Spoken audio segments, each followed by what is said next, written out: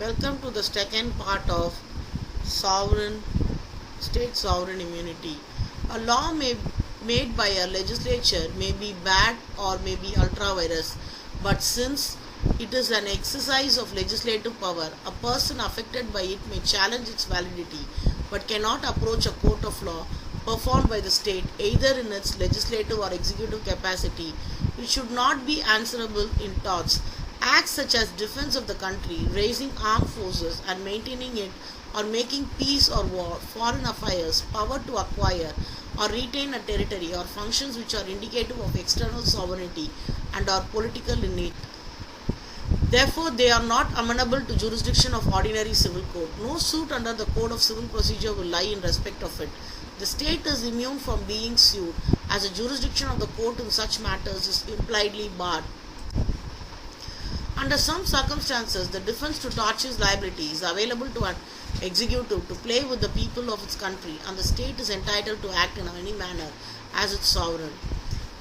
In the case law of State of Assam versus Muhammad Nizamuddin Ahmed, it was held that the seizure of the seat by the state was an exercise of the sovereign power, and if they suffered damage when kept in police station, the plaintiff was not entitled to collect damage from the state.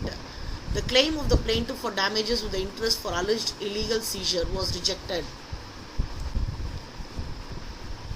The Pakadala Narasimha versus Commissioner of Special Officer Nellore Municipality Nellore. It was observed that the state nor its officers were held liable where the traffic police, with the help of municipal staff, removed a non-working bus parked on the road, causing obstruction to the traffic. No liability could be fastened against the officer of the state in discharge of their duty. If the seizure and detention of the vehicle is illegal, a claim may be made against the state. As per the doctrine of defense of sovereign immunity, no action is maintainable against the state for things done in exercise of its sovereign function. On the other hand, the defense of sovereign immunity is not available to the state for wrongs done by public servant in the course of transaction with a trading company or a private person could engage in such as following: first, injury due to negligence of the servant of the government employed in the dockyard; trespass upon or damage done to the private property in the course of dispute as to the right of the land between the government and the private owner.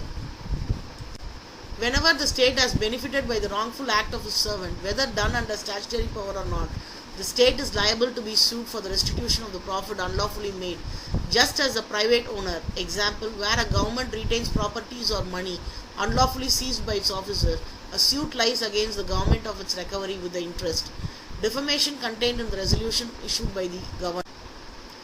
In the state of Rajasthan versus Vidyavati, the jeep was maintained and used by the district collector. The jeep driver drove the jeep in a rash and negligent manner and caused accident resulting in the death of the husband of the plaintiff. The widow sued the state government for damages. The state government pleaded the defense of sovereign immunity. The Supreme Court gave judgment in favor of the widow and ordered the appellant defendant, the state of Rajasthan, to pay damages to her, as the state of Rajasthan cannot escape liability so long as there is nothing to show to the predecessor. The Union of Rajasthan was not liable to pay any rule of positive enactment or by common law. Thank you.